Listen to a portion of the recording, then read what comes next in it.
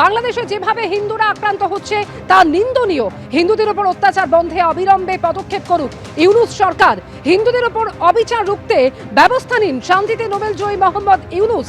ইসলাম কখনোই অন্য কোনো ধর্মের প্রতি অবিচারের কথা বলে না। অবিলম্বে বাংলাদেশে হিন্দুদের উপর হামলা বন্ধ হওয়া উচিত। কড়া বার্তা দিল্লির জামা মসজিদের শাহী ইমাম সৈয়দ আহমেদ বুখারীর।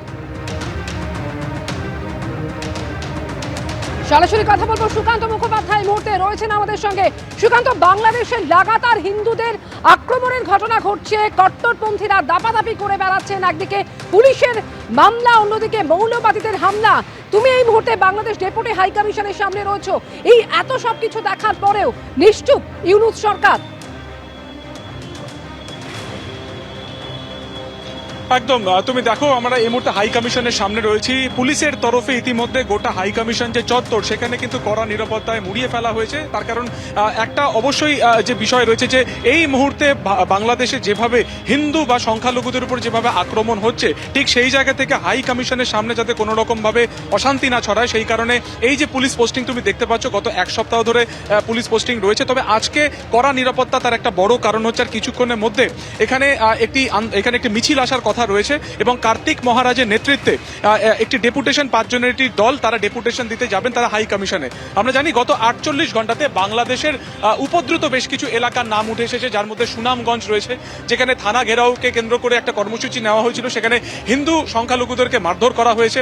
পাশাপাশি আমরা দেখেছি যে জলপাইগুড়ির লাগোয়া যে নীলফামারী, সেখানেও একই রকমভাবে কিন্তু হিন্দু পরিবারদেরকে আলাদা করে টার্গেট করে তাদেরকে মারধর করা হয়েছে। এবং গতকাল রাত্রে শেষ আপডেট ঠাকুরগাঁও অঞ্চলেও একই রকম ভাবে কিন্তু বেশ কিছু হিন্দু পরিবারকে একদম আক্রমণ করা হয়েছে এবং তাদের যে সমস্ত ব্যবসায়িক প্রতিষ্ঠান সেখানেও একই রকম ভাবে আক্রমণ করা হয়েছে।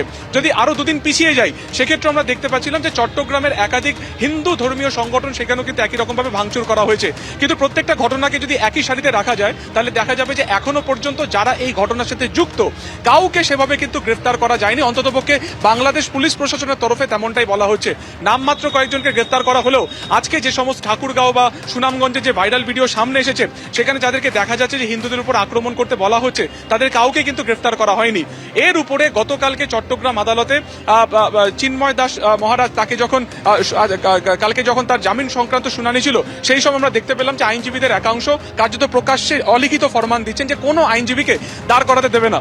তোমাকে দেখানোর চেষ্টা করবো ইতিমধ্যে কার্তিক মহারাজের নেতৃত্বে একটি ডেপুটেশন টিম তারা কিন্তু ইতিমধ্যে হাই কমিশনে এসে গিয়েছে, যেটার কথা তোমাকে বলছিলাম যে এখানে ঠিক ব্যারিকেড করে দেওয়া হয়েছে এবং এখান থেকে ঠিক 5 সদস্যের একটি দলকে তাদের কিন্তু ভেতরে যেতে যাওয়ার পারমিশন দেওয়া হয়েছে।